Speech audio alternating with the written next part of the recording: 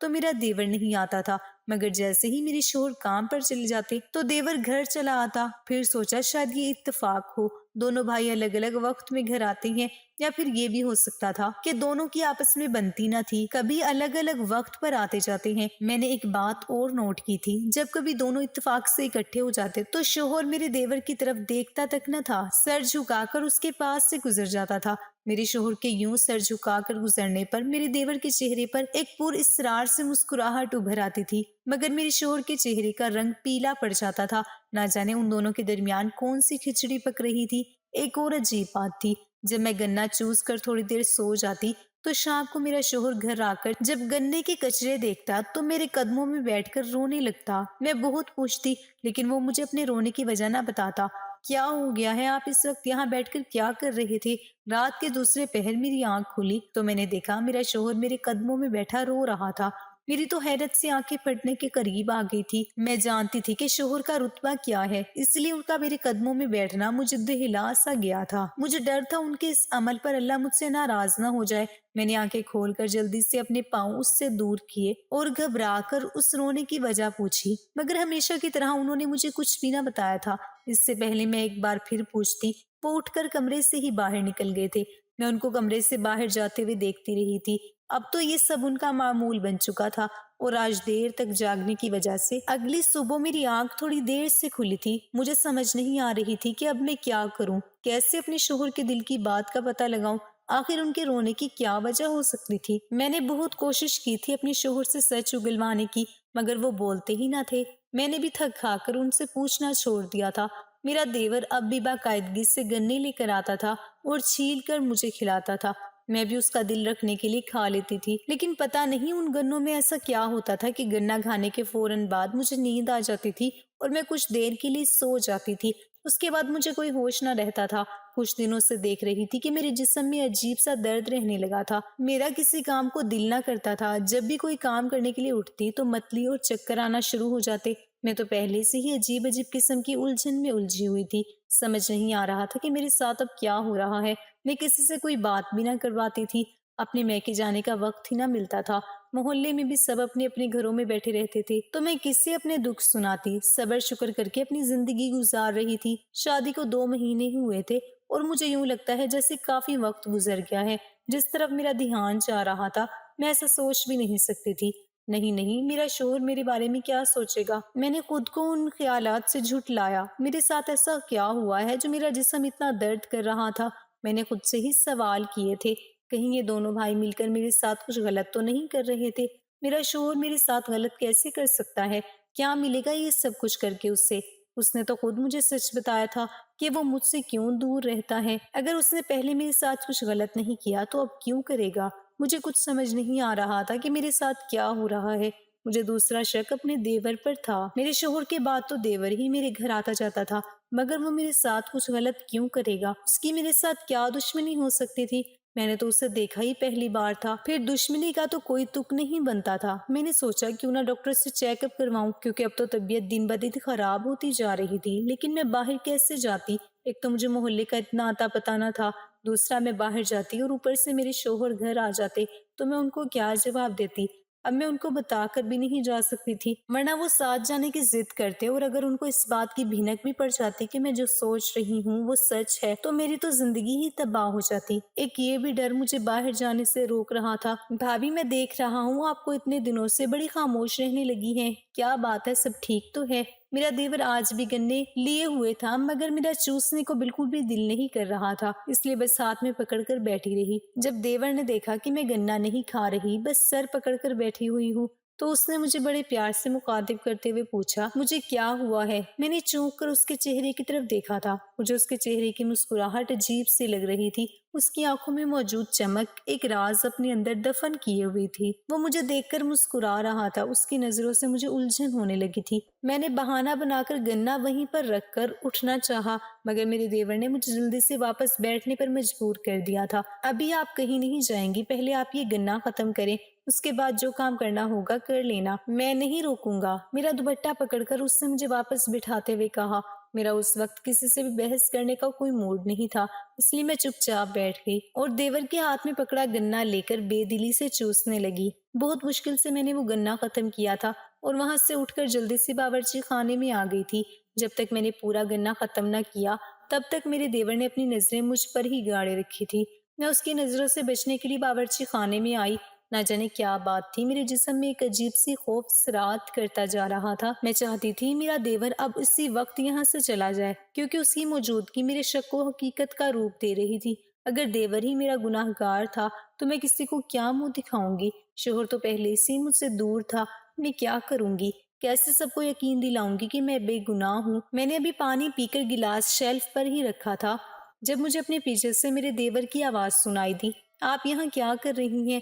جائیں کمرے میں آرام کریں، میں بھی کھیتوں میں جا رہا ہوں۔ میں جھٹکے سے پیچھے مڑی تھی۔ اگر اس نے اپنا گناہ چھپانے کے لیے مجھے مار کر یہیں پھینک دیا تو کسی کو کیسے پتا چلے گا کہ میں مر چکی ہوں؟ اس کے چہرے کو دیکھ کر میں نے خود سے کہا تھا، بے شک وہ خوبرو جوان مرد تھا۔ اپنی جان کے جانے کے احساس نے میرے رونگٹے کھڑے کر دیے تھے۔ میں بنا اپنے دیور کو دیکھے اپنے کمرے میں آ گئی اور بیڈ پر لیٹ گئی۔ نہ جانے میں کیا سوچتی جا رہی تھی، یہ سوچتے ہی مجھے نیند آ گئی اور جب میری آنکھیں کھلی تو رات کا نہ جانے کون سا پہر تھا۔ میں آنکھیں کھول کر یوں ہی بیڈ پر لیٹی رہی تھی، مجھے کچھ سمجھ نہیں آ رہا تھا۔ تبھی اچانک میرے ذہن میں میرے شوہر کی تصویر ابھری تو میں نے چونک کر اسے کمرے میں تلاش کرنا چاہا، مگر کمرہ پورا خالی تھا۔ تبھی مجھے اپنے پاس کسی کے سسکنے کی آواز سنائی دی تھی۔ میں آواز کو پہچان کر جلدی سے سیدھی ہوئی تھی۔ میرے شوہر روز کی طرح آج بھی میرے پیروں کے پاس بیٹھے رو رہے تھے۔ مجھے اب حیرت کم اور تجسس زیادہ ہونے لگا تھا، کیونکہ روتے ہوئے وہ مسلسل دروازے کے پاس بڑے گنے کے چھلکوں کو ہی دیکھ رہے تھے۔ ایسی کیا بات تھی جس پر میرے شوہر یوں مجھ سے پیر پکڑ کر معافی مانگتے تھے، وہ بھی میرے سوتے ہوئے؟ مجھے تو انہوں نے کبھی کچھ نہ کہا تھا، یہی بات مجھے حیران کر رہی تھی۔ ایک طرف میرے دیور کی عجیب شخصیت اور دوسری طرف میرے اپنے شوہر کا یہ رویہ میری سمجھ سے باہر تھا۔ میں جتنا اس معاملے کو سمجھنے کی کوشش کر رہی تھی اتنی ہی زیادہ پریشان ہو رہی تھی۔ رات جیسے جیسے میں نے کاٹ ہی لی تھی، مگر اگلے روز میں نے سچائی جاننے کے لیے ایک منصوبہ بنایا اور اس پر عمل کرنے کے لیے اپنے دیور کا بے صبری سے انتظار کرنے لگی۔ دوپہر سے کچھ ہی دیر پہلے میرا دیور گنے لے کر آیا اور حسب معمول اس نے مجھے گنا چھیل کر دیا اور خود میرے سامنے بیٹھ کر مجھے دیکھنے لگا۔ روز کی طرح آج بھی مجھے اس کی نظروں سے الجھن ہو رہی تھی، مگر میں بنا کچھ بولے چہرے پر مصنوعی مسکراہٹ سجا کر گنا کھانے کا ناٹک کرنے لگی۔ میں گنے کو کھانے کے لیے توڑتی اور اسے چبائے بنا اپنے پیچھے رکھے ڈبے میں چھپا لیتی۔ جب میں نے گنا پورا یوں ختم کر لیا تو نیند لانے کا ڈرامہ کرتے ہوئے اٹھ کر اپنے کمرے کی طرف بڑھنے ہی والی تھی جب اپنے دیور کو دیکھ کر رک گئی۔ دیور جی آپ جائیں، مجھے تو بہت زیادہ نیند آ رہی ہے، میں سونے کے لیے اپنے کمرے میں جا رہی ہوں، میں نے نیند کا ڈرامہ کرتے ہوئے کہا اور کمرے میں جا کر لیٹ گئی۔ آنکھوں کو بند کیے میں چپ چاپ لیٹی ہوئی تھی۔ میرا دل بڑی زور زور سے دھڑک رہا تھا۔ ایک خوف نے مجھے اپنی لپیٹ میں لے رکھا تھا، نہ جانے آگے کیا ہونے والا تھا۔ میں ابھی یہی سوچ رہی تھی کہ اچانک میں نے کمرے میں کسی کے قدموں کی آہٹ سنی۔ اس سے پہلے کہ میں کچھ سمجھ پاتی کسی نے مجھے اپنی گرفت میں لے لیا۔ آگے کا سوچ کر میری روح کانپ گئی تھی، میرے حواس باختہ ہونے لگے تھے۔ میں نے اپنے اوپر جھکے اپنے دیور کو پورا زور لگا کر خود سے دور دھکیلا تھا اور اٹھ کر بھاگتی ہوئی دروازے کی طرف بڑھ گئی تھی۔ میرے آنسو اپنی عزت کھو دینے کے دکھ میں بہتے جا رہے تھے۔ میں جان گئی تھی کہ میرا دیور ہی میرے ساتھ غلط کام کرتا تھا۔ اس سے پہلے کہ میرا دیور پھر سے مجھے پکڑتا میں بے ہوش ہو گئی تھی۔ جب مجھے ہوش آیا تو میں ایک ہسپتال میں تھی۔ ڈاکٹر نے بتایا کہ میں حاملہ ہوں۔ یہ سن کر تو میری جان ہی نکل گئی تھی۔ میں نے کانپتے ہوئے اپنے شوہر کو دیکھا جو مجھے غصے سے دیکھ رہا تھا۔ یہ بچہ میرا نہیں ہے، اس لیے میں تمہیں طلاق دیتا ہوں۔ میرے شوہر اچانک ہی غصے میں مجھے طلاق دے کر باہر چلا گیا تھا۔ میں وہیں بیٹھی روتی جا رہی تھی۔ میں تو پہلے ہی ایک جھٹکے سے سنبھل نہ پائی تھی، اب ایک اور مصیبت میرے سر پر آن پڑی تھی۔ کچھ ہی دیر بعد میرا شوہر پھر سے میرے پاس آیا اور میرے پاس بیٹھ کر بولا، دیکھو غصے میں مجھ سے غلطی ہو گئی ہے، میں نے تمہیں طلاق دے دی ہے، اب تم میرے بھائی سے حلالہ کر لو، میں تمہیں دوبارہ اپنے نکاح میں لے لوں گا، پھر ہم یہاں سے کہیں دور چلے جائیں گے۔ میں نے روتے ہوئے اپنے شوہر کو دیکھا تھا، میری آنکھوں میں حیرت کے ساتھ ایک دکھ تھا۔ پہلے مجھے طلاق دے دی، اب مجھے حلالے کا کہہ رہا تھا۔ یہ نکاح مسکنی نکاح ہوگا، وہ تم سے کوئی رشتہ نہیں بنائے گا، بس تم مجھ سے نکاح کر لو۔ میری آنکھوں میں لکھے سوال پڑھ کر میرے شوہر نے میرا ہاتھ پکڑ کر مجھے تسلی دیتے ہوئے کہا تھا، میں بھی جانتی تھی انہوں نے غصے میں مجھے طلاق دی تھی، اس لیے حلالے کے لیے مان گئی تھی۔ پھر شوہر نے میرا نکاح میرے دیور سے کروا دیا اور خود گھر چھوڑ کر چلا گیا۔ میرے دیور نے جب مجھے نکاح میں لیا تو اس نے مجھے بتایا کہ وہ میرے شوہر کا بھائی نہیں ہے۔ یہ سنتے ہی میرے تو قدموں تلے سے زمین ہی نکل گئی تھی۔ میں حیرت سے اسے دیکھتی جا رہی تھی۔ میں نے اپنے شوہر کا بہت انتظار کیا، مگر وہ میرا نکاح میرے دیور سے کروا کر نہ جانے کہاں چلا گیا تھا۔ اگر تم میرے شوہر کے بھائی نہیں تھے تو پھر تم نے میرے ساتھ وہ سب کیوں کیا؟ میں نے روتے ہوئے اس سے پوچھا۔ سب بتاؤں گا، مگر ابھی وقت آنے پر۔ میرے پوچھنے پر اس نے مجھے جواب دیا اور نکل گیا۔ نہ جانے کیا وجہ تھی جو میرا شوہر مجھے چھوڑ کر چلا گیا تھا۔ اس نے تو وعدہ کیا تھا کہ حلالے کے بعد وہ مجھ سے دوبارہ نکاح کر لے گا، مگر ابھی تک وہ آیا نہ تھا۔ شوہر کا دھوکہ یاد آتے ہی مجھے اس سے نفرت محسوس ہونے لگی تھی۔ ضرور یہ ان دونوں کی ملی بھگت کا نتیجہ تھا۔ ایک نے میرے ساتھ زبردستی کی اور میں اس کے بچے کی ماں بن گئی، اور دوسرا مجھے طلاق دے کر وہاں سے چلا گیا تھا۔ میں نے نفرت سے اپنے شوہر کے بارے میں سوچا تھا۔ گھر چھوڑ کر بھی نہیں جا سکتی تھی، اس بچے کی وجہ سے میں پھنس گئی تھی۔ اگر بیٹی ہوئی تو اس کے نصیب بھی میرے جیسے نہ ہوں۔ میں نے دہل کا سوچا تھا، اپنے آنے والے بچے کا سوچ کر میں نے موجودہ زندگی کو قبول کر لیا تھا۔ یہ کڑوا گھونٹ میں نے پینے کا سوچا اور خاموشی اختیار کر لی تھی۔ کچھ ہی مہینوں بعد میرے یہاں ایک پیاری سی بیٹی ہوئی۔ جب میرے شوہر کو پتا چلا کہ میرے ہاں بیٹی ہوئی ہے تو وہ ہاتھ جوڑ کر مجھ سے معافیاں مانگنے لگا۔